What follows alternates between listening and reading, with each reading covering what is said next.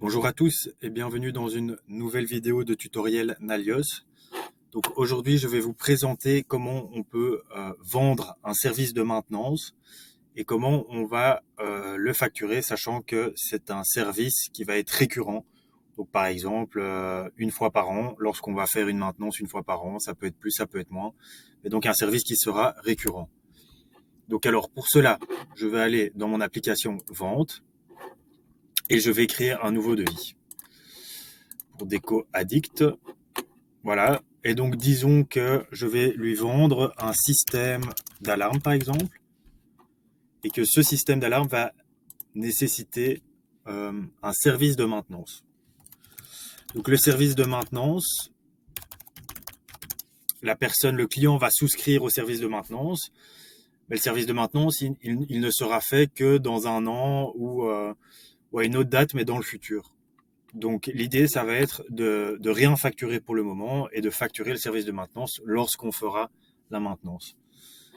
Donc c'est pour ça que je rajoute ici une ligne de service de maintenance qui est à 0 € pour qu'elle ne génère pas de coûts supplémentaires. En revanche, ce service, lorsque je vais confirmer mon devis, va me créer un projet et une tâche. Donc la tâche qui est ma tâche de maintenance que je vais pouvoir traiter dans le futur. Alors si maintenant je veux déjà facturer le système d'alarme que j'ai éventuellement déjà livré et installé, je peux créer une facture. Et comme on voit ici, la facture reprendra que le système d'alarme. Donc je vais la confirmer. Et je vais retourner dans mon bon de commande. Là, je vais accéder à ma tâche de maintenance. Et alors je vais la planifier. Donc pour l'exemple, je vais la planifier à aujourd'hui.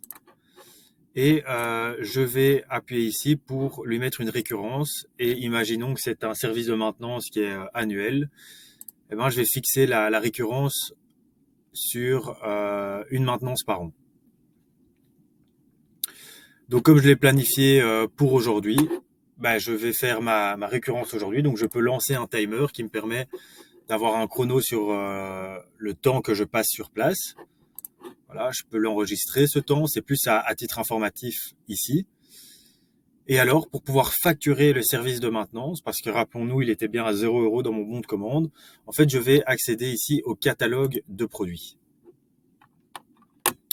Donc là, il y a plein de produits, mais moi, ce que je veux, c'est mon service de maintenance, qui est juste ici à 186 €. Je vais l'ajouter et je retourne sur mon bon de commande. Là, je vois bien que j'ai donc mon produit qui TVASC est à 213,97 €.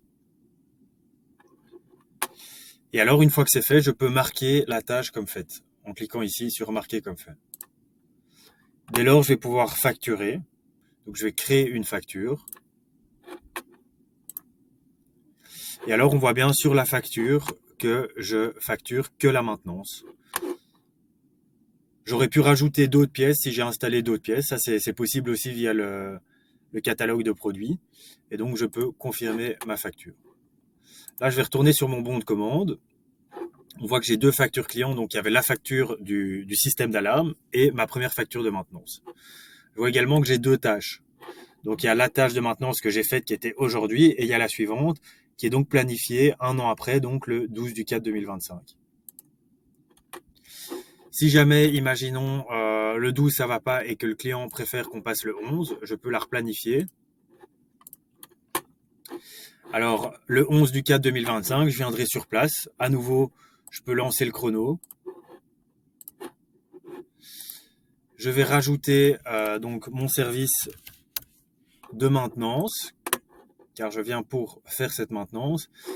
Et imaginons que j'ai rajouté du matériel. Donc ici, on pourrait très bien dire que j'ai rajouté par exemple un détecteur. Je vais avoir maintenant deux produits dans mon catalogue de produits. Donc il y a le service de maintenance et le détecteur. Je vais marquer la tâche comme faite.